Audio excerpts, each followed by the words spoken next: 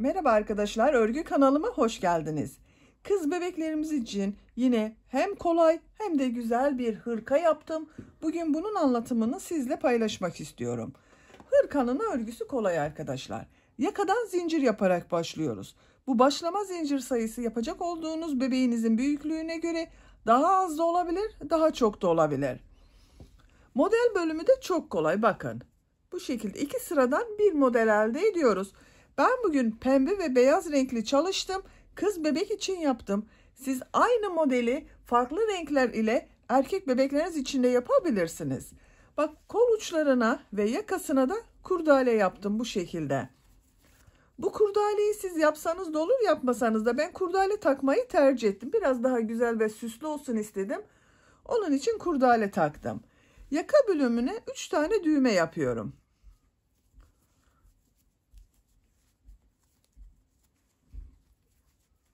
Bak, bu şekilde 3 düğme iliği yaptım. Karşılarına düğmesini diktim. Örgünün ters taraftan görüntüsü böyle kabarık bir görüntüsü var. Ters tarafı da çok güzel arkadaşlar. Bak, arka görüntüsü de böyle. Çok şık ve güzel bir hırka. Hırkanın örgüsünde iplik olarak beyaz renk iplik olarak Nakolux Minnoş Baby ipliğini kullandım. Kullandığım iplik üzerinde 100 gram iplikte 340 metre var. Bu iplikten bir yumak iplik bitti sayılır. Bak, bu kaldı arkadaşlar. Pembe renk iplik olarak da Canan el örgü iplikleri, bunu kullandım. Bu kullandığım iplik üzerinde de 100 gram iplikte 320 metre yazıyor. Bundan da bir yumağa yakın iplik kullandım. 2 yumağa ihtiyacınız var. Siz bunu tek renkte yapabilirsiniz. Farklı renkler ile de yapabilirsiniz. Hırkanın ölçülerini de size söylüyorum. Başlamadan önce fikriniz olur. Bak, kol altının buradan gövde genişliğini ölçüyorum. 26 santimetre. Yüksekliğini ölçüyorum. Kol altından gövde yüksekliği 19 santimetre. Kol yüksekliğini de ölçüyorum. Bak, kol ucuna da 2 modelden önce kurdale taktım. 19 santimetrede kol yüksekliği var. Bak, bileklik bölümüne kadar daha az arkadaşlar. Kurdale taktığım yere kadar 16 santimetre. Bu ölçüde 6 aylık bir bebek için güzel bir ölçü oldu. Ben bugün bu hırkayı 6-12 aylık bebek için yaptım arkadaşlar. Tığ olarak da 5 numara 3 milimetre tığ kullandım. Ben bugün bu iplikleri kullandım arkadaşlar. Siz istediğiniz marka ve modelde iplikleri kullanarak renkte tercihinize göre her rengi kullanarak yapabilirsiniz. İpliği, tığ hazırlayalım. Hep birlikte bu güzel hırkanın örgüsüne başlayalım. Örgü kanalıma abone değilseniz abone olmayı unutmayın lütfen. Örgü kanalıma abone olmak ücretsiz. Örgü kanalıma ücretsiz abone olup orada bulunan zil şeklinde dokunarak açık yaparsanız kanalıma video yüklediğim zaman ilk önce size bildirim gelir. Örgülerimden herkesten önce sizin haberiniz olur. İzlediğiniz videolarıma beğeni ve yorumlarınızı yaparsanız çok sevinirim arkadaşlar. Örgü kanalıma ücretsiz abone olup beğeni ve yorumlarıyla destek olan bütün arkadaşlara ayrıca teşekkür ederim. Hepinize kolay gelsin. İyi çalışmalar. Örgüye yakadan zincir yaparak başlıyoruz. Zincir yapabilmek için ilk ilmeği ben bu şekilde yapıyorum. Size nasıl kolay geliyorsa ilk ilmeği öyle yapabilirsiniz. Zincirleri yapmaya başlıyorum. Çok sıkı zincirler yapmıyorum arkadaşlar. Bak, şu şekilde. 75 zincir yapalım. 75 zinciri yaptım. Bak, çok sıkı zincirler yapmadım arkadaşlar. Esnek bir zincir oldu.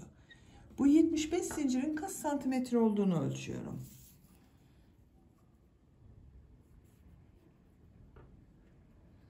...30 santimetre bak zincir uzunluğu var. İnç olarak ölçüyorum.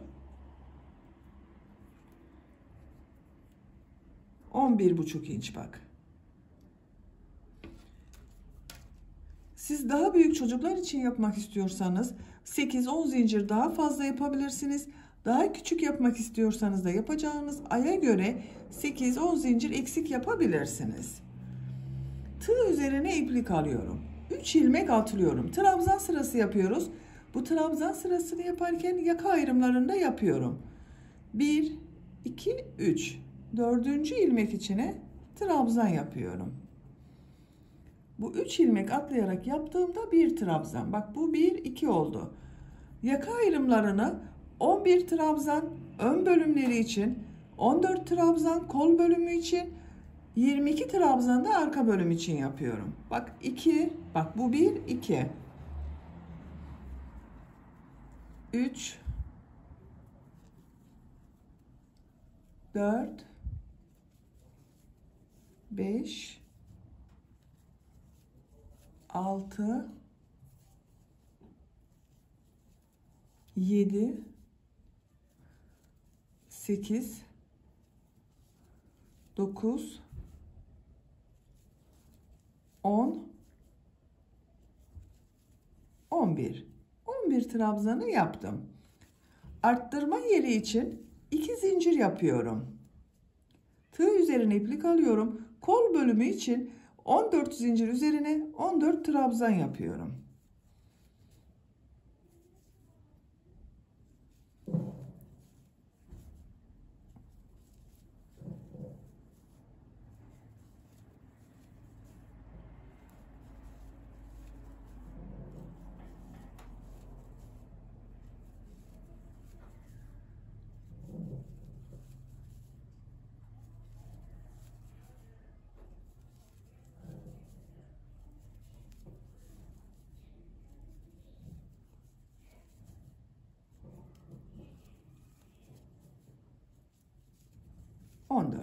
Bak kol bölümü için 14 trabzan yaptım. 2 zincir yapıyorum. Tığ üzerine iplik alıyorum. Arka bölüm için 22 trabzan yapıyorum. Ön bölümü kaç trabzan yaptıysanız arka bölümü 2 katı yaparsanız iyi olur arkadaşlar.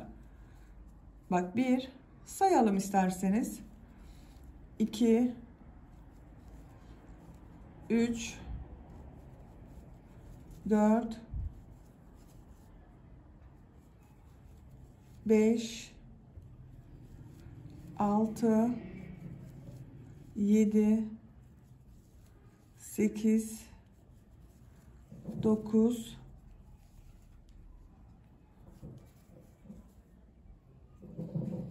10,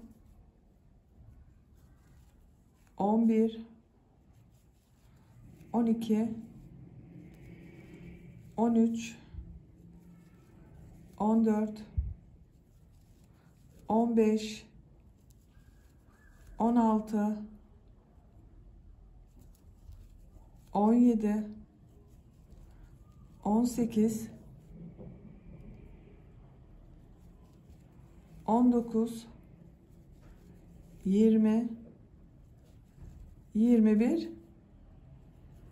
22. Arka bölüm için 22 trabzan yaptım. Arttırma yeri için 2 zincir yapıyorum. Tığ üzerine iplik alıyorum. Diğer kol bölümü için 14 trabzan yapıyorum. Bak bu kolda 14 trabzan yaptım. Buraya da 14 trabzan yapıyorum.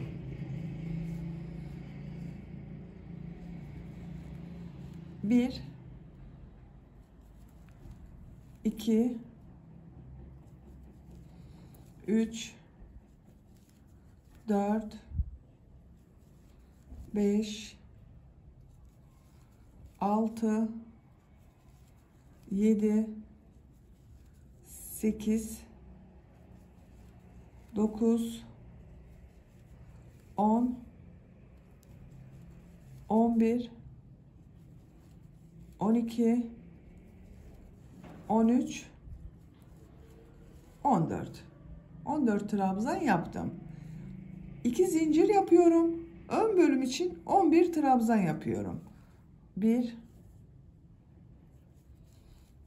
2, 3, 4, 5, 6,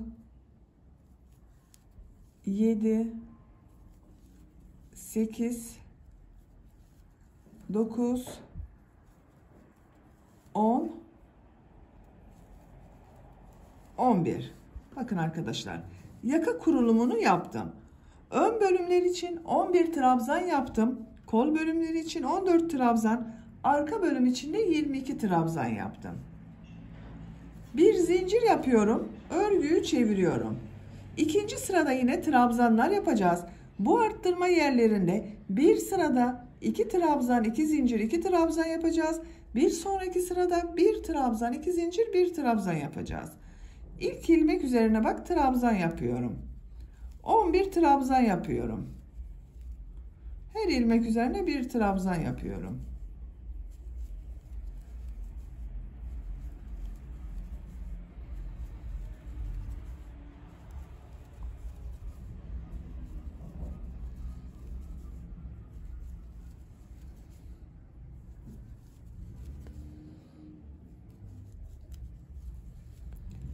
Bir trabzanı yaptım. Tığ üzerine iplik alıyorum. Arttırma yerine 2 trabzan, 2 zincir, 2 trabzan yapıyorum.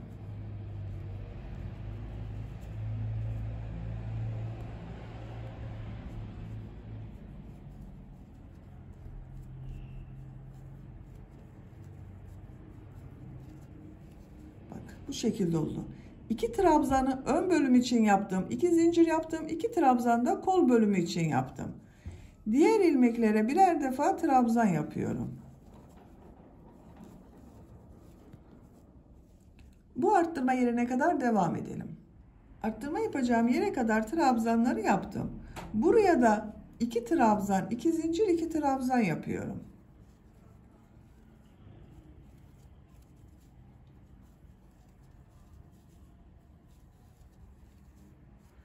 Diğer ilmeklere birer defa trabzan yapıyorum. Buraya kadar devam edelim. Arttırma zincirine kadar trabzanları yaptım. Buraya yine 2 trabzan, 2 zincir, 2 trabzan yapıyorum.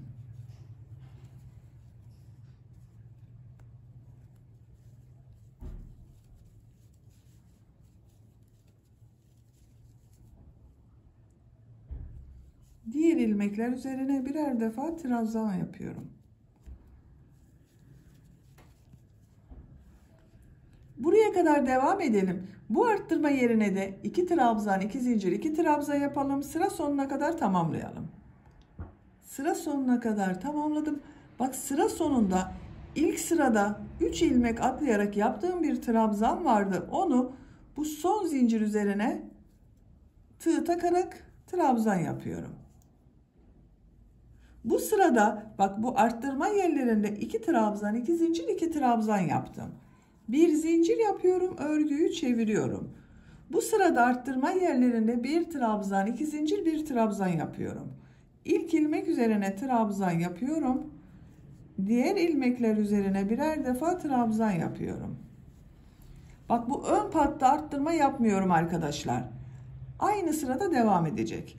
Arttırma yerine kadar devam edelim. Arttırma yapacağım yere kadar trabzanları yaptım. Bu sırada bu arttırma yerlerinde 1 trabzan, 2 zincir, 1 trabzan yapıyorum. Tığ üzerine iplik alıyorum. 1 trabzan, 2 zincir, 1 trabzan yapıyorum. Diğer ilmeklere birer defa trabzan yapıyorum.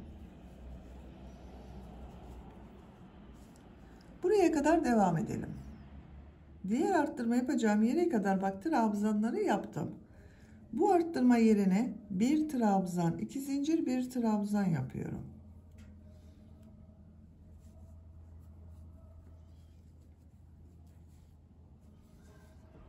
Diğer ilmeklere birer defa trabzan yaparak devam ediyorum.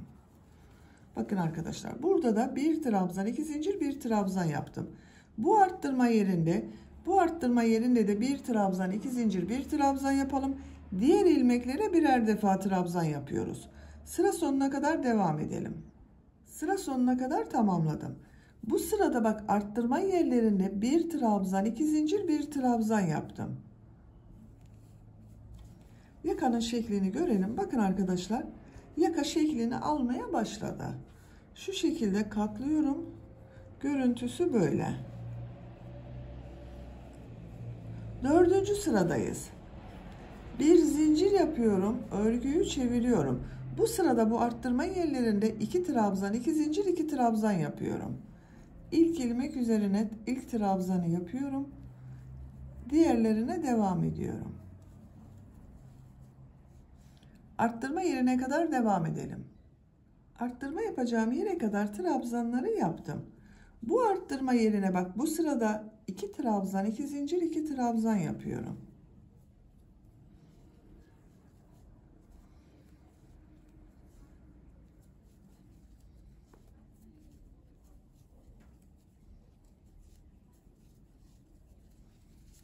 İki trabzan, 2 zincir, 2 trabzan yaptım.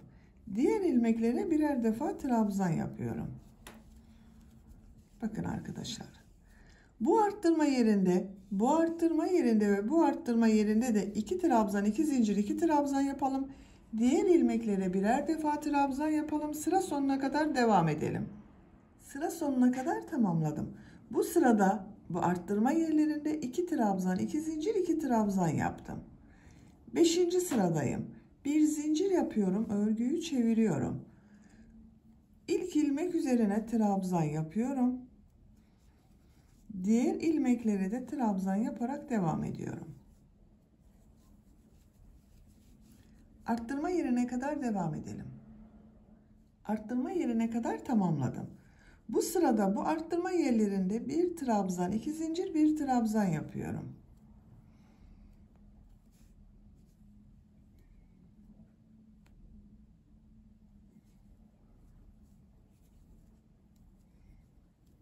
Bak, bir trabzan, 2 zincir, bir trabzan yaptım. Diğer ilmeklere birer defa trabzan yapıyorum. Bakın arkadaşlar. Bu arttırma yerlerine de birer defa trabzan yapalım. Sıra sonuna kadar tamamlayalım. Bir sonraki sırada yine bu arttırma yerinde 2 trabzan, 2 zincir, 2 trabzan yapacağız. Bir sonraki sırada yine 1 trabzan, 2 zincir, 1 trabzan şeklinde olacak. Bak, yakanın şekli böyle. Yaka arttırmalarına yapacak olduğunuz bebeğinizin, çocuğunuzun büyüklüğüne göre bir sırada 1 trabzan, 2 zincir, 1 trabzan, ikinci sırada 2 trabzan, 2 zincir, 2 trabzan şeklinde arttırmalar yaparak istediğiniz ölçüye kadar tamamlayalım. Yaka örgüsünü arttırmalar yaparak ben yapacağım ölçüye göre tamamladım. Kaç sıra yaptığımı sayıyorum. 1, 2, 3, 4, 5, 6, 7, 8, 9, 10, 11. 11 sıranın sonunda kaç santimetre yaka elde ettiğimi de ölçüyorum arkadaşlar. Bakın şu şekilde ölçüyorum. 10 santimetre inç olarak ölçüyorum. 4 inç. Benim yapacağım ölçü için yeterli.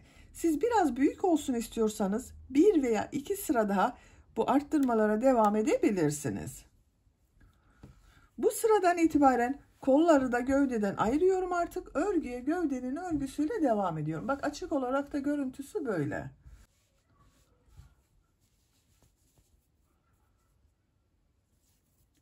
Bir zincir yapıyorum. Örgüyü çeviriyorum. Trabzan sırası yapıyorum yine. Bu ilk ilmek üzerine trabzan yapıyorum. Diğer ilmekleri de trabzan yaparak devam ediyorum. Arttırma yapacağımız buraya kadar devam edelim. Arttırma yapacağım yere kadar trabzanları yaptım. Ön bölüm için arttırma yerine 2 trabzan yapıyorum.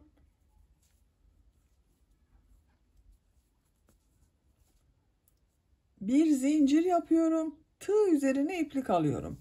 Kolda bulunan bütün ilmekleri atlıyorum.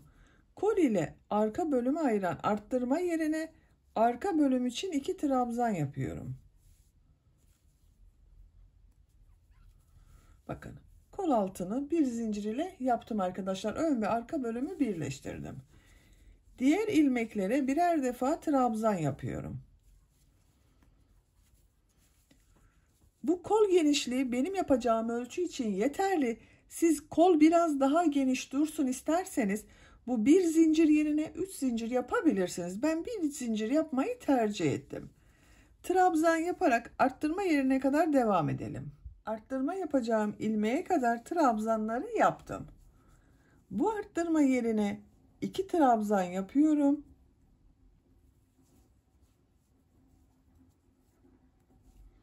Bir zincir yapıyorum. Tığ üzerine iplik alıyorum. Kolda bulunan bütün ilmekleri atlıyorum. Kol ile ön bölümü ayıran bu arttırma yerine 2 trabzan yapıyorum. Diğer ilmeklere birer defa trabzan yaparak devam ediyorum.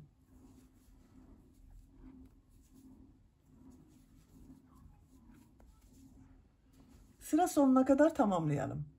Trabzan yaparak sıra sonuna kadar tamamladım.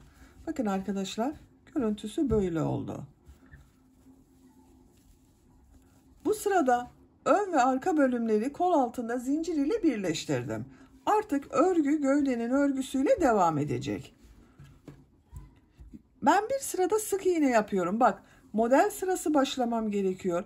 Benim burada bitti iplik arkadaşlar. Bakın burada, eğer siz bu yaka sırasını benden bir sıra fazla yaptıysanız sizin iplik buradadır. Sık iğne yapmanıza gerek yok. Ben ipliği buraya getirmek için bir sıra sık iğne yapıyorum. Bir zincir yapıyorum. Örgüyü çeviriyorum. İlk ilmek üzerine sık iğne yapıyorum. Diğer ilmekleri de sık iğne yaparak devam ediyorum.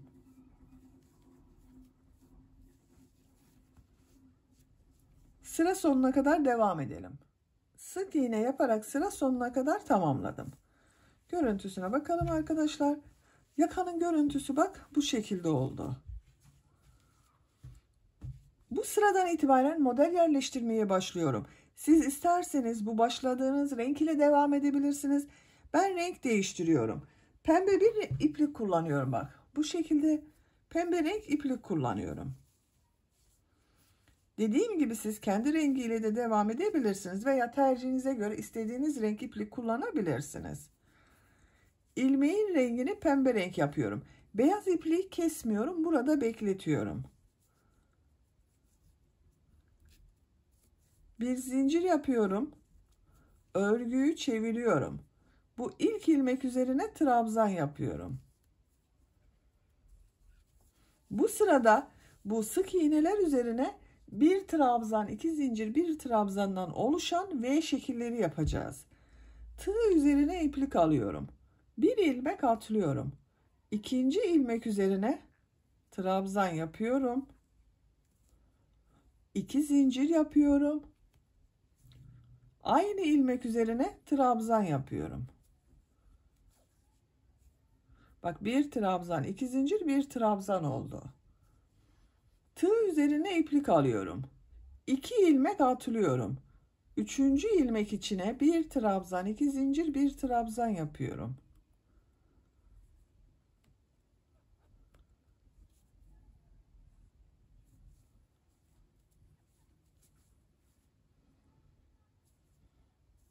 Bak, tekrar tığ üzerine iplik alıyorum. 2 ilmek atlıyorum. Üçüncü ilmek içine bir trabzan, 2 zincir, bir trabzan yapıyorum.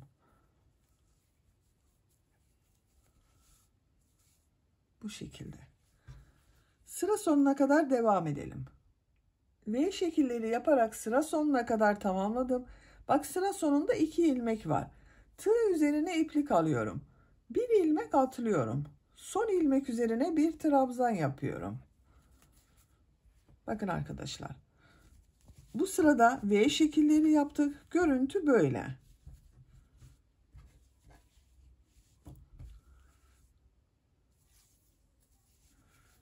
Bir zincir yapıyorum. Örgüyü çeviriyorum.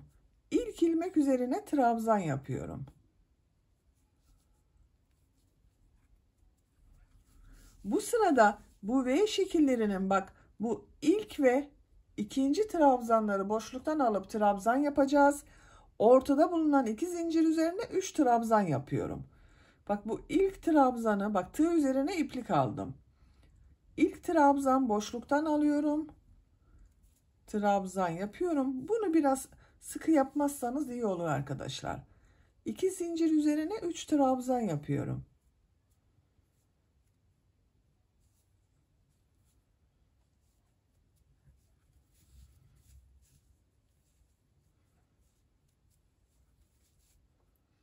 Üç trabzan yaptım.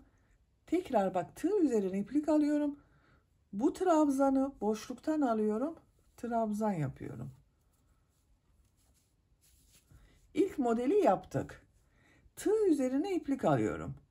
İkinci V şeklinin bu trabzanı boşluktan alıyorum. Trabzan yapıyorum. Tekrar bak, tığ üzerine iplik alıyorum. 2 zincir üzerine 3 trabzan yapıyorum.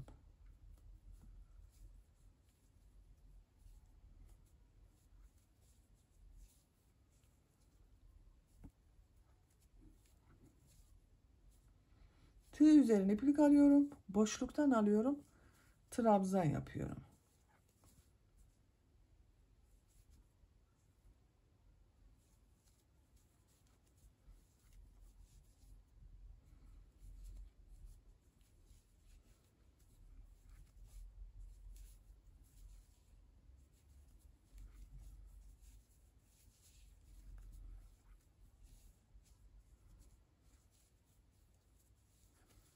Bu şekilde bak model oluyor. Sıra sonuna kadar devam edelim. Sıra sonuna kadar tamamladım. Son ilmek üzerine de trabzan yapıyorum. Tığ üzerine iplik alıyorum. Bak, beyaz ipliği burada bekletiyordum. Şimdiki sırada beyaz renkli iplik ile başlıyorum. Onu üste alıyorum. Bak, şu şekilde ilmeğe tığ takıyorum. Beyaz ipliği de üste çıkartıyorum. Trabzan yaptım. Şekline bakalım. Model bölümü böyle oldu bakın. Şimdiki sırada beyaz renkli ile devam ediyorum. Bak, beyaz ilmek yapıyorum. Bir zincir yapıyorum. Örgüyü çeviriyorum. Pembe renk ipliği bekletiyorum. Bu ilk ilmek üzerine trabzan yapıyorum. Tığ üzerine iplik alıyorum. Bu sırada yine V şekilleri yapacağız. Bak, bu pembe rengin bu ilk sırada yaptığımız gibi V şekilleri yapacağız. Burada 5 trabzan var bak. Bunun ortada bulunan trabzan arkadaşlar. Bunun üzerine V şekli yapacağız. 2 ilmek atlıyorum. 3. ilmek üzerine bir trabzan, 2 zincir, bir trabzan yapıyorum.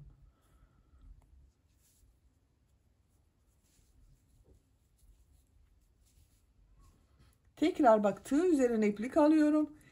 Diğer modelin ortasında bulunan bak, bu ilmek üzerine V şekli yapacağız. Sayıyorum. 1, 2, 3, 4 ilmek atlıyorum. 5. ilmek üzerine bir trabzan, 2 zincir, bir trabzan yapıyorum.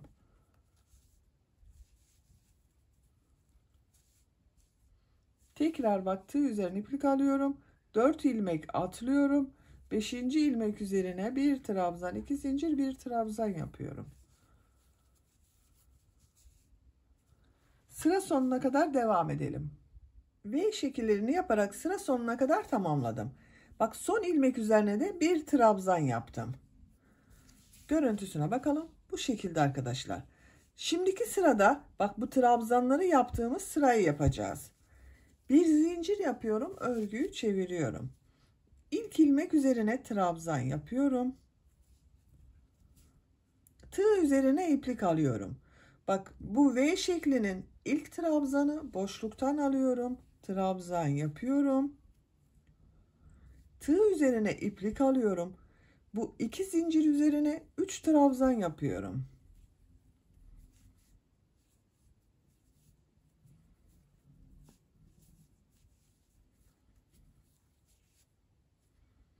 Tığ üzerine iplik alıyorum. Boşluktan alıyorum. Trabzan yapıyorum. Tığ üzerine iplik alıyorum. Diğer modele başlıyorum.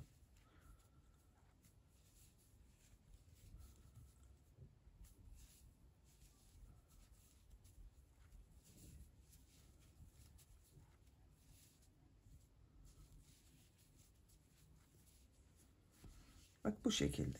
Burada yaptığımızın aynısını yapıyoruz. Model bu iki sıradan oluşuyor. Bir sırada V şekilleri yapıyoruz. İkinci sırada bu V şekilleri yaptığımız trabzanları boşluktan alıp trabzan yapıyoruz. 2 zincirin üzerine de 3 trabzan yapıyoruz. Gövde bölümünün örgüsü böyle devam edecek arkadaşlar. Bu renk sıralamasını tercihinize göre istediğiniz gibi yapabilirsiniz. Rengarenk yapabilirsiniz. Her modeli farklı renkler ile yapabilirsiniz. 2 renkli yapabilirsiniz. Tek renk de yapabilirsiniz. Gövde bölümünün örgüsünü tercihinize ve yapacak olduğunuz çocuğun büyüklüğüne göre istediğiniz kadar sıra sayısını tekrarlayarak tamamlayalım. Gövde bölümün örgüsünü 10 model sırası olarak tamamladım. Sayıyorum bak. Her renk ile bir model yaptım arkadaşlar. 1, 2, 3, 4, 5, 6, 7, 8, 9, 10. Son sırada bak yine pembe renk iplik ile yaptım. 2 sıra pembe renk iplik ile model yaptım. Bu 10 model sırasının kaç santimetre olduğunu ölçüyorum. Bak kol altından ölçüyorum. 21 santimetre yükseklik var. Benim tercihime göre yeterli. Siz isterseniz 1 veya 2 model sırası daha devam edebilirsiniz. Bakın görüntüsü böyle oldu. Çok güzel kabarık bir görüntü elde ettik arkadaşlar model olarak. Şimdi bu ön patta pıtırcık modelleri yapıyorum. Bak ipliği burada bıraktım. Sağ taraf bak. Örgünün sağ tarafı burada bıraktım. Devam ediyorum. Buraya bir sık iğne yapıyorum. 2 zincir yapıyorum. Aynı ilmek bak buraya sık iğne yapıyorum. Bir sık iğne, 2 zincir, bir sık iğne yaptım. Bu ilmeği atlıyorum. Bu ilmek içine bir sık iğne, 2 zincir, bir sık iğne yapıyorum. Bir ilmek atlıyorum. Bu ilmek içine bir sık iğne, 2 zincir, bir sık iğne yapıyorum.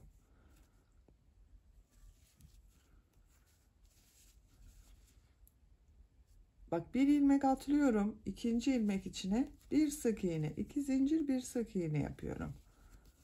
Bu şekilde pıtırcıklar yapıyorum. Bu yaka sonunda model başladığımız yere kadar devam edelim. Pıtırcık modelleri yaparak bu yakanın bittiği model başladığım yere kadar tamamladım. Bak bu şekilde oldu. Yakanın bu bölümüne 3 tane düğme iliği yapmak istiyorum arkadaşlar.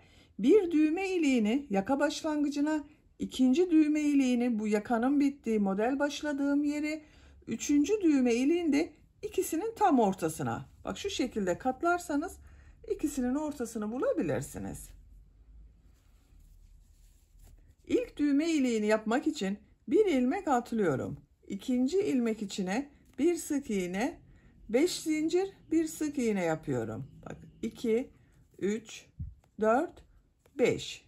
5 zinciri yaptım. Aynı ilmek içine sık iğne yapıyorum. İlk düğme iliğini yaptım. Bir ilmek atlıyorum. Bu ilmek içine bir sık iğne, 2 zincir, bir sık iğne yapıyorum. Bir ilmek atlıyorum. Bu ilmek içine bir sık iğne, 2 zincir, bir sık iğne yapıyorum. Bir ilmek atlıyorum. Bir sık iğne, 2 zincir, bir sık iğne yapıyorum. Bak bu ilmeği atlıyorum. Buraya bir sık iğne yapıyorum. İkinci düğme iliği için 5 zincir yapıyorum. Aynı ilmek içine sık iğne yapıyorum. Bak ikinci düğme iliğini de buraya yaptım. Bir ilmek atlıyorum. İkinci ilmeğe bir sık iğne, 2 zincir, bir sık iğne. Bir ilmek atlıyorum. Bir sık iğne, 2 zincir, bir sık iğne yapıyorum. Bir ilmek atlıyorum. Bu ilmek içine bir sık iğne, 2 zincir, bir sık iğne yapıyorum. Bak. Bu iki düğme iliği arasına 3 pıtırcık modeli yaptım. Burada bulunan iki düğme iliği arasına da 3 pıtırcık modeli yapıyorum. Görüntü olarak eşit olması güzel olacaktır arkadaşlar. Bak 1, 2, 3. Üçüncü düğme iliğinde bak buraya yapacağız. Bir ilmek atlıyorum. Bu ilmek içine bir sık iğne yapıyorum. Düğme iliği için 5 zincir yapıyorum. Aynı ilmek içine sık iğne yapıyorum.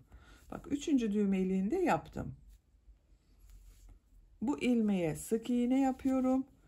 Yaka başlangıcı olan bu ilmeğe sık iğne yapıyorum. Bak diğer tarafa da burada yaptığımız gibi pıtırcık modelleri yapacağız. Oraya geçmek için yakanın çevresinde sık iğne yapıyorum. Bak her ilmeğe bir sık iğne yapıyorum.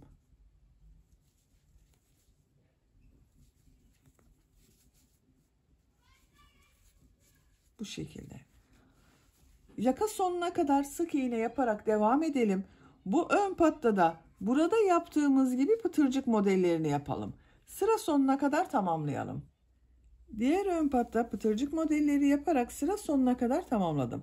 Bak son modeli burada bulunan ilmek ile ilmek kaydırma yaparak birleştiriyorum. İpliği kesiyorum.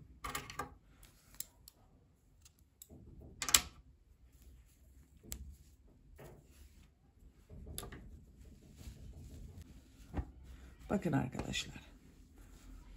Bu ön patta da burada yaptığım gibi pıtırcık modelleri yaptım. Yaka çevresinde bir sıra sık iğne yaptım. Şimdi kol örgülerinde yapalım. Kol örgüsünü yapmak için bak buradan kol altından beyaz renk iplik ile başlıyorum.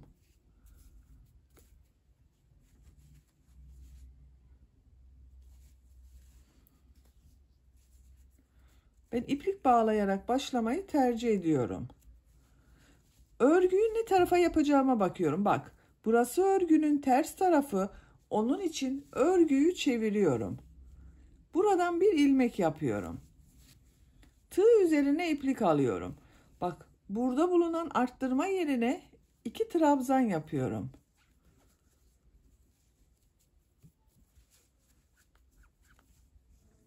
Diğer ilmekler üzerine birer defa trabzan yapıyorum.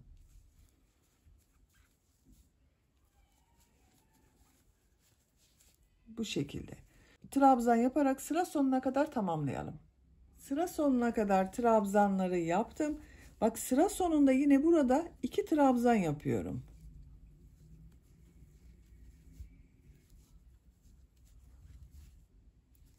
İlk yaptığım ilmek ile ilmek kaydırma yaparak sırayı birleştiriyorum. Beyaz renk ipliği kesiyorum arkadaşlar.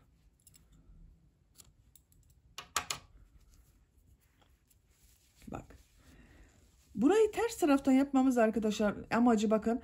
Örgü öyle denk geldi. Farklı görünmesini istedim bu gövde bölümüyle. Şimdi pembe renk iplik ile bu modelden yapıyorum. Kol altına ilmekten başlıyorum bak.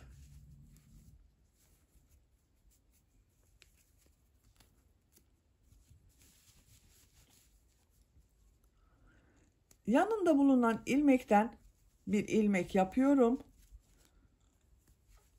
4 zincir yapıyorum. 3, 4. Tığ üzerine iplik alıyorum. Aynı ilmek içine trabzan yapıyorum. V şekilleri yapıyorum. Bak model yerleştirirken de V şekilleri yaptık. Burada da V şekilleri yapıyorum. Tığ üzerine iplik alıyorum. 3 ilmek atlıyorum. 1, 2, 3. 4. ilmek içine bir trabzan, 2 zincir, bir trabzan yapıyorum.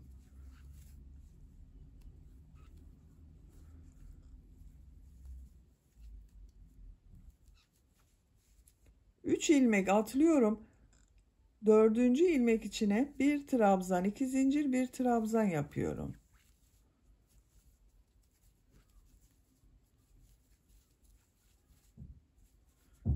Üç ilmek atlıyorum. 4. ilmek içine bir trabzan, 2 zincir, bir trabzan yapıyorum.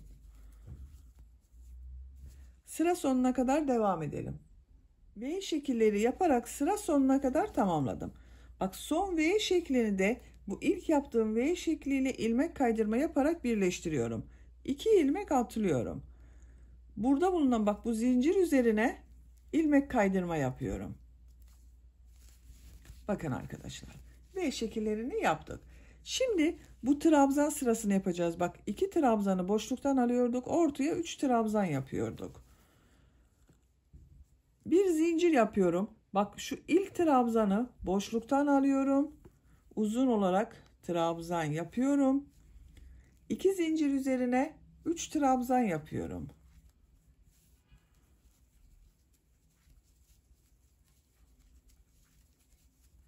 Bu trabzanı boşluktan alıyorum. Trabzan yapıyorum. Bu trabzanı boşluktan alıyorum. Trabzan yapıyorum. Bu 2 zincir üzerine 3 trabzan yapıyorum. Gövde bölümünde yaptığımız modelin aynısı. Boşluktan alıyorum, trabzan yapıyorum. Bakın. Buradaki modelin aynısı. Sıra sonuna kadar devam edelim. Sıra sonuna kadar tamamladım. Bak son modeli burada yaptığım ilk model ile ilmek kaydırma yaparak birleştiriyorum. Bak aynı oldu. İpliği kesiyorum.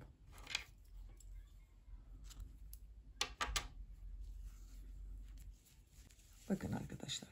Kol böyle oldu. Şimdi beyaz renk iplik ile ikinci model sırasına başlıyorum. İpliği ben keserek yapıyorum arkadaşlar. Şaşıran arkadaşlar olabilir diye ipliği bekletmiyorum. Keserek yapıyorum. Bak ortadaki trabzandan başlıyorum. Bu modelin. Bak kol bölümünün bu ilk sırada modelin 1, 2, 3 trabzan yapmıştım. Ortada bulunan trabzandan başlıyorum.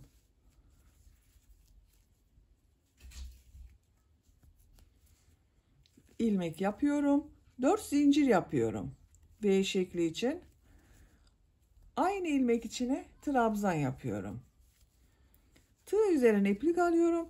Diğer modelin ortasında bulunan ilmeğe de bir trabzan, 2 zincir, bir trabzan yapıyorum. Bak kaç ilmek atladığımı sayalım. 1, 2, 3, 4 ilmek atlıyorum. 5. ilmek içine bir trabzan, 2 zincir, bir trabzan yapıyorum. 4 ilmek atlıyorum. 5. ilmek içine bir trabzan, 2 zincir, bir trabzan yapıyorum. Bak V şekilleri yapıyoruz. Gövde bölümünün aynısı dedim. Sıra sonuna kadar devam edelim. İlmek kaydırma yaparak birleştirelim. Bu boşluktan alıp trabzan yaptığımız sırayı yapalım. Bir sonraki sırada yine pembe renkli yapabilirsiniz veya tek renk olarak da kolun örgüsünü devam edebilirsiniz. Tercihinize göre değişir arkadaşlar. Bu kolun örgüsünü bu şekilde bitirelim. Diğer kolun örgüsünde bu kol örgüsünü başladığımız gibi başlayalım. Her iki kolun örgüsünü tamamlayalım gelelim. İki kolun örgüsünü yaptım. Bak bu şekilde oldu arkadaşlar. Kaç model sırası yaptığımı sayıyorum. 1, 2, 3, 4, 5, 6, 7, 8, 9, 10 sıra kol örgüsü yaptım. Gövde bölümünü de 10 sıra yapmıştım. Bak 1, 2, 3, 4, 5, 6, 7, 8, 9, 10. Eşit oldu. Siz isterseniz kol örgüsünü bir sıra eksik yapabilirsiniz. Ben buraya kurdale takmak istiyorum. Kız bebek için yaptım bugün. Onun için buraya kurdale takmak istiyorum. Bir sıra fazladan yaptım arkadaşlar. Bak düğmelerini de diktim buraya. 3 tane düğme yaptım. Buraya 3 düğme iliği yaptım. Karşılarına da düğmesini diktim. Bak açık olarak da bu şekilde, ters tarafının görüntüsü böyle. Arka görüntüsü de böyle bakın.